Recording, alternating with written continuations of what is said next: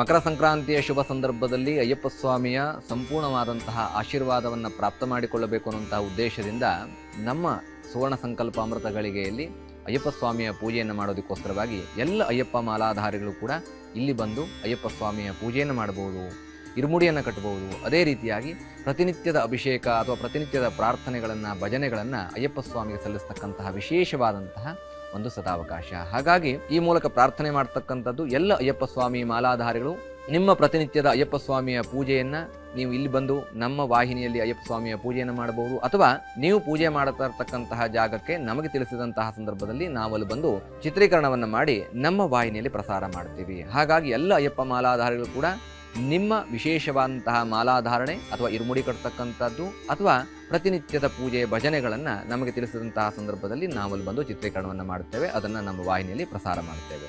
ನಮ್ಮ ಪ್ರತಿನಿತ್ಯದ ಸುವರ್ಣ ಸಂಕಲ್ಪ ಕಾರ್ಯಕ್ರಮದಲ್ಲಿ ಅಯ್ಯಪ್ಪ ಸ್ವಾಮಿ ಮಾಲಾಧಾರಿಗಳು ನಿಮಗೆ ಭಾಗವಹಿಸ್ತಕ್ಕಂತಹ ಆಸಕ್ತಿ ಇದ್ದರೆ ನಮ್ಮನ್ನು ಸಂಪರ್ಕ ಮಾಡಿ.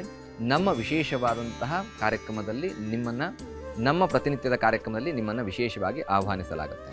ಆಸಕ್ತಿ ಇರತಕ್ಕಂಥವರು ಈ ಕೆಳಗಿನ ದೂರವಾಣಿ ಸಂಖ್ಯೆಗೆ ನಮ್ಮನ್ನು ಸಂಪರ್ಕ ಮಾಡಿ.